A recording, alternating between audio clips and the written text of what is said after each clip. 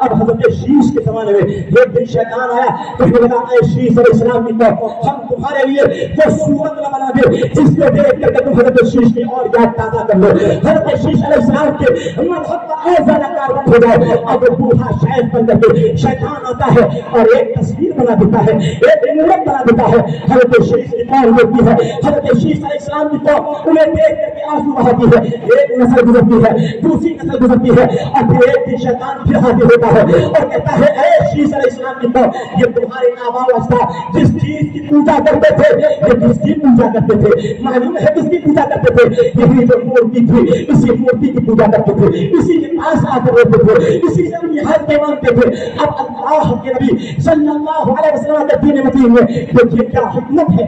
اللہ کے نبی نے ان تمام چیزوں کو حرام کروا دیا ہے جو شرک ہے اور جو شرک کے قریب لے جانے والے ہیں. ہم نے کہا اسلام کسی پروپیگنڈے سے نہیں پھیلا ہے, اسلام ایجنڈے سے نہیں پھیلتا ہے. ایک بات بتاؤ, سرکار غریب نواز آئی تھی, کتنے لوگوں کو حضور غریب نواز نے کلمہ پڑھایا؟ 90 لاکھ لوگوں کو کلمہ غریب نواز نے پڑھایا ہے. سرکار غریب نواز نے 90 لاکھ, اور یہ اعداد و شمار ایک تخمیناً ہے, اندازہ ہے. ہو سکتا ہے غریب نواز نے اس سے بھی زیادہ لوگوں کو دامن اسلام سے وابستہ بنایا ہو. آپ ذرا غور کیجیے کیا لے کر کے آئی تھی. بڑی فوج تھی, بڑا پروپیگنڈا تھا, بڑا سوشل میڈیا کا ہتھیار تھا, بہت زیادہ ایجنڈے لے کر کے آئے تھے. مدینہ طیبہ سے ہندوستان کا اشارہ ہوا تھا تو فقط خوف خدا اور عشق مصطفیٰ کو اپنے سینے میں بسا کر کے ایک چند مٹھی بھر فقیروں کی جماعت ہے. لباس بھی فقیرانہ ہے, خدا بھی فقیرانہ ہے, پاس میں کوئی ہتھیار نہیں, ایک کچھلی ہے, ایک کاسا ہے, ایک آشا ہے, اور سچا خلوص لے کر کے آتے ہیں. تو اس سچے خلوص کا نتیجہ یہ نکلتا ہے جس بستی میں جاتے ہیں لوگ مسلمان ہوتے چلے جاتے ہیں, لوگ دامن اسلام سے وابستہ ہوتے چلے جاتے ہیں. معلوم ہوا اسلام پروپیگنڈے سے نہیں پھیلا ہے, اسلام حق و صداقت کی تلوار سے پھیلا ہے. اسلام جو پھیلا ہے اخلاق کی تلوار سے پھیلا ہے. اسلام جو پھیلا ہے اسلام خلوص و الہیت کی بنیاد پر پھیلا ہے.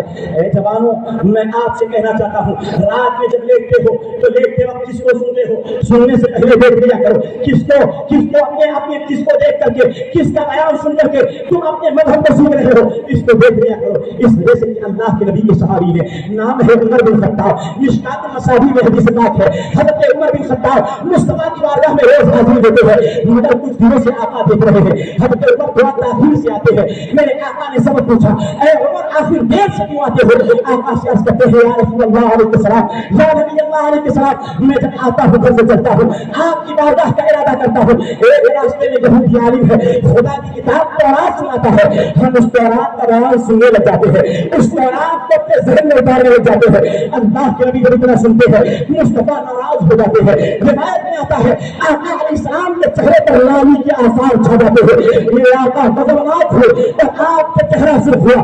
حضرت عمر سمجھ گئے میرے آقا کو نظر گزرا ہے, مصطفیٰ ناراض ہوئے ہیں. فرمایا اے عمر کیا تم جانتے ہو یہ لوگ خدا کی تورات سناتے ہیں, یہ اپنی طرف سے بنا کر کے سناتے ہیں, یہ اللہ کا کلام سناتے ہیں. ہو سکتا ہے یہ اللہ کا کلام سنائے اور تم یہ ان کا کلام سناتے ہوئے جھگڑا ہو, اور ہو سکتا ہے یہ اپنی طرف کی کوئی بات سنائے اور تم اسے اللہ کا کلام سن لو. اے عمر تم ہرگز تورات کو مت سننا.